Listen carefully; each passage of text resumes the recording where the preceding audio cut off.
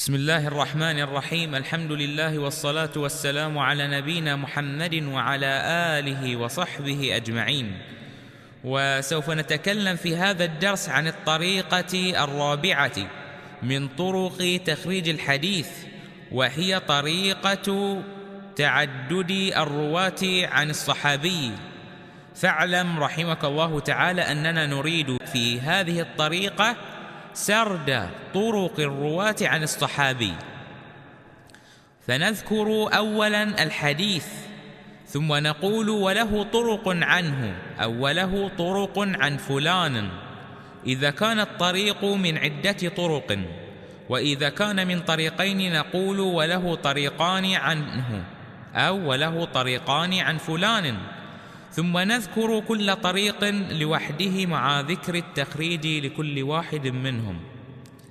فإذا كان يرويه ثلاثة فأكثر عن الصحابي نقول وله طرق عنه أو وله طرق عن فلان. فننظر في هذه الطريقة عن الرواة عن الصحابي، نريد أن نسرد الرواة عن الصحابي. مثال ذلك عن أسامة بن زيد رضي الله عنه قال: قلت يا رسول الله لم أراك تصوم شهرا من الشهور ما تصوم من شعبان، قال: ذلك شهر يغفل الناس عنه بين رجب ورمضان، وهو شهر ترفع فيه الأعمال إلى رب العالمين، فأحب أن يرفع عملي وأنا صائم. وهذا الحديث حديث منكر، حررته في كتاب البرهان بضعف حديث رفع الأعمال في شهر شعبان، وإنما ذكرته هنا من باب المثال على الطريقة فانتبه. ثم نقول وله طرق عنه، يعني عن أسامة بن زيد،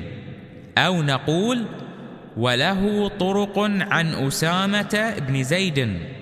رضي الله عنه. فأولا عندنا أبو سعيد المقبوري عنه، يعني عن أسامة بن زيد رضي الله عنه، أخرجه النسائي في السنن الكبرى وفي المجتبى، وأحمد في المسند، والبيهقي في شعب الإيمان، والبزار في المسند، وأبو نعيم في حلية الأولياء، وضياء الدين المقدسي في الأحاديث المختارة، والمحامل في الأمال، والدارمي في الرد على الجهمية، والطحاوي في شرح معاني الآثار، وقوام السنة الأصبهاني في الترغيب والترهيب، والخطيب البغدادي في المتفق والمفترق، والدولاب في الكنى والأسماء، وابن عدي في الكامل، وابن الجوزي في الوفا بفضائل المصطفى، وفي جامع المسانيد، وفي التبصرة تعليقا، والذهبي في سفينة منتخبات من مروياته، والرويان في مسند الصحابة من طريق عبد الرحمن بن مهدي، وأحمد بن حنبل، وإسماعيل بن أبي أويس، وعبد الله بن مسلمة القعنبي، وخالد بن مخلد، وسعيد بن زكريا، وإسحاق بن محمد الفروي، كلهم عن ثابت بن قيس أبي الغصن،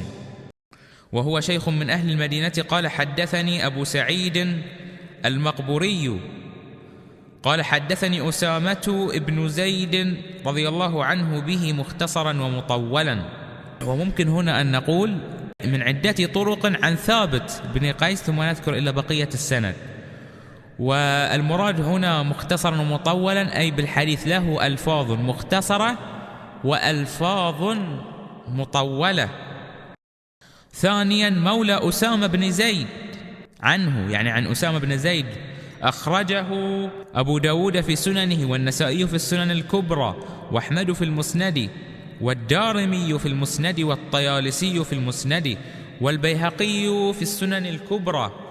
وفي فضائل الأوقات، وفي شعب الإيمان، وابن أبي شيبة في المسند، وابن سعد في الطبقات الكبرى، وابن عساكر في تاريخ دمشق من طريق أبان بن يزيد العطاري، وهشام، وحرب بن شداد، جميعهم عن يحيى ابن أبي كثير عن عمر ابن أبي الحكم بن ثوبان عن مولى قدامة ابن مضعون عن مولى أسامة بن زيد أنه انطلق مع أسامة رضي الله عنه إلى وادي القرى في طلب مال له، فكان يصوم يوم الاثنين ويوم الخميس إلى نهاية الحديث. ثالثا شرحبيل ابن سعد عنه، يعني عن أسامة بن زيد، أخرجه ابن خزيمة في صحيحه من طريق سعيد ابن أبي يزيد حدثنا محمد بن يوسف حدثني أبو بكر بن عياش عن عمر بن محمد حدثني شرحبيل بن سعد عن أسامة رضي الله عنه قال كان رسول الله صلى الله عليه وسلم يصوم يوم الاثنين والخميس ويقول إن هذين اليومين تعرض فيهما الأعمال. فهذه هي الطريقة. ننظر من هم الرواة عن الصحابي. فعندنا في هذا الحديث من طريق أبي سعيد المقبوري ومولى أسامة بن زيد وشرحبيل بن سعد. والواجب عندنا على هذه الطريقة تخريج حديث جندب بن عبد الله رضي الله عنه قال رسول الله صلى الله عليه وسلم من صلى الصبح فهو في ذمة الله فلا يطلبنكم الله من ذمته بشيء فيدركه فيكبه في نار جهنم. وصلى الله وسلم على نبينا محمد وعلى آله وصحبه أجمعين.